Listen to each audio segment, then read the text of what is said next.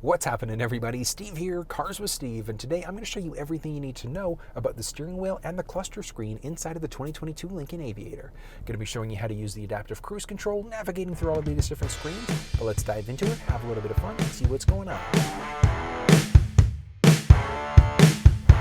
Next up, let's take a peek at the steering wheel of the vehicle. So this is going to be an in-depth look, going over all of the different buttons here, figuring out exactly what's going on. So starting off, firstly, I gotta say, I absolutely love the look of the fully digital dash inside of this vehicle. We do have some flexibilities to be able to show a few gauges, but we'll get to that one in just a second. But starting off on the left-hand stick there, so this is where we're gonna go in order to use our turn signals. We can also flash our high beams, we can lock it out, etc. There is a button just on the very tip of the stick there, so tip of the stick, as you can see there, and that's gonna be for our lane keeping system. So we can easily turn that system on or off if we want to, just by doing a simple button press there. Along the right-hand side, that's going to give us the flexibility to be able to adjust what's going on with our windshield wipers. We're going to lift up easily there. And on the tip of that stick, so there also is a little button on the end there, and that's going to be for our rear wiper. So we can easily turn our rear wiper on or off there if we'd like to. All right, so let's kind of move through. Let's start off with the pad on the left-hand side, but before we do, paddle shifters. We've got our minus and our plus button there, so we can easily adjust what gear we're in if we wanted to go that route. And that's one of the great things. Like, we don't have a manual mode there, so if we look at our buttons along the side, we don't have a manual button there, so it literally is when you want to change gears out as you go, you want a bit more power, just drop down a few gears on that left-hand side. Looking at the pad though on the left-hand side, so we can adjust our volume easily, so we can move up or down, literally by moving this whole switch up or down there. Oh, I love this song. Another audio test. Now that is so great. Like, that is 10. Like, that's not even anywhere close to being full, but this is the 28 speakers, so the upgraded Revel audio sound system. So beautiful sound there that's included inside of this trim level of the vehicle, and it is available packaged out in some of the other options as well. Moving to the left of the right-hand side, we can easily change between songs or radio stations there. So as you can see there, we can change between active presets if we want to, very simply by moving across there. And if you see all there, so if we press and hold it as well, we can also seek out to different stations going that route. So we do have a little bit of flexibility as to what's actually going on there. Now, we do have a little button there. This is going to be for our adaptive cruise control system. So we push that button, and watch this. Okay, hold on, I'm going to drop you down a tiny little bit there. Okay, so we push the adaptive cruise button, and here we go. Look at this. Shows, and they hide, and they show, and they hide. It is so nice. Now, right along the side there, we've got a series of different buttons. So we do essentially have hideaway buttons, and these things will change. So they're essentially a dynamic button based off of whatever is going on. So as you can see there, we do have our resume. We can set, so we can plus or minus out 1 kilometer or 1 mile per hour at a time as well. Off to the right-hand side, we're going to cancel. This is going to be our lane centering button as well, so the one that's literally going to keep us in our lane as we're driving, which is different than the actual lane keeping system. So the button there, lane keeping system is gently going to nudge us in. The lane centering system there is actually going to keep us in our lane, so it's essentially going to be self-driving at that point. Now, not fully self-driving because we technically still need to have our hands on the wheel though, so definitely something to think about. The one on the very bottom here, though, is going to be our distance indicator. So how close or how far are we away from the vehicle that's in front of us? So pretty straightforward in order to be able to use that. As it said there, as we press that button, it's going to make those buttons disappear. Now, these buttons themselves aren't actually touch buttons in the front. It is just behind the steering wheel there. So we want to increase, decrease. We're going to press the button there, resume. We've got our distance indicator off to the right-hand side there as well. So we've got some flexibility there.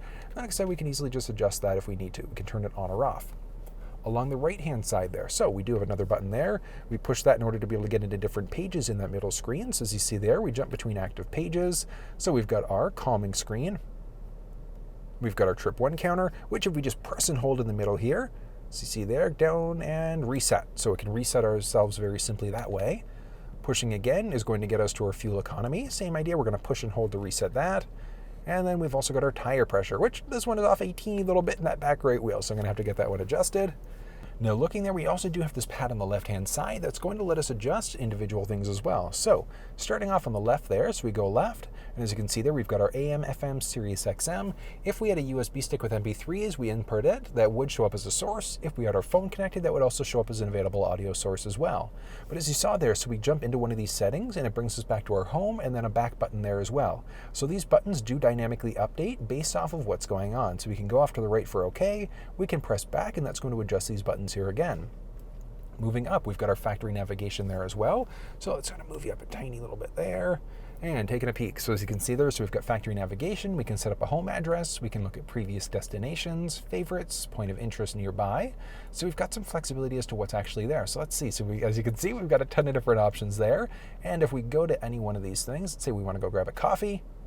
Obey traffic laws, be alert, and use voice commands while driving. Please proceed to the highlighted route, and then the route guidance will start. All right, so it lets us know what's going on there. It would also show up in our heads-up display there as well.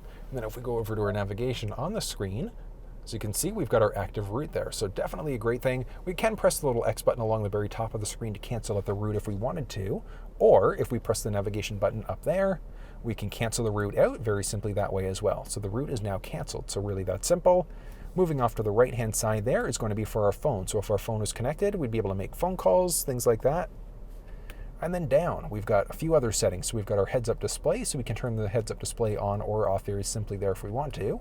But what's actually showing up on the heads-up display? So we can adjust the brightness there if we need to, so we can easily adjust that, brighter or darker as necessary.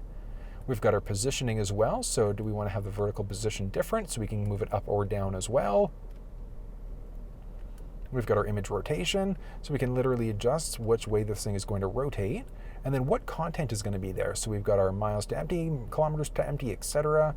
Our cruise control lane keeping system on as well. So do we want these things showing up, yes or no? So we can customize the content of the heads-up display.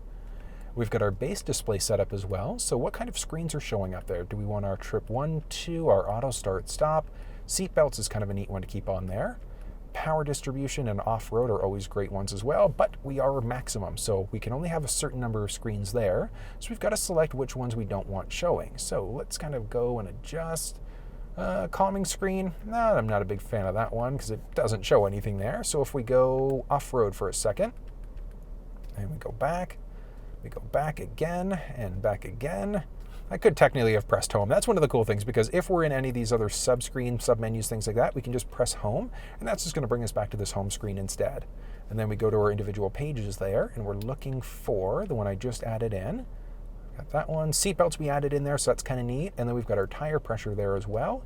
And we've also got our off-road status, so our pitch roll, things like that, so we can see exactly what's going on with the vehicle and kind of what's going on each side there as well. So we can customize what's going on in that middle screen, which is always a nice thing. Display setup, we've got a few other things. So we've got our speedometer if we want to show it in miles per hour as well. And then as we approach a border, do we automatically want to have the speed limits change? Do we want to add that tachometer to the view? So if we do that, watch this. We go back home.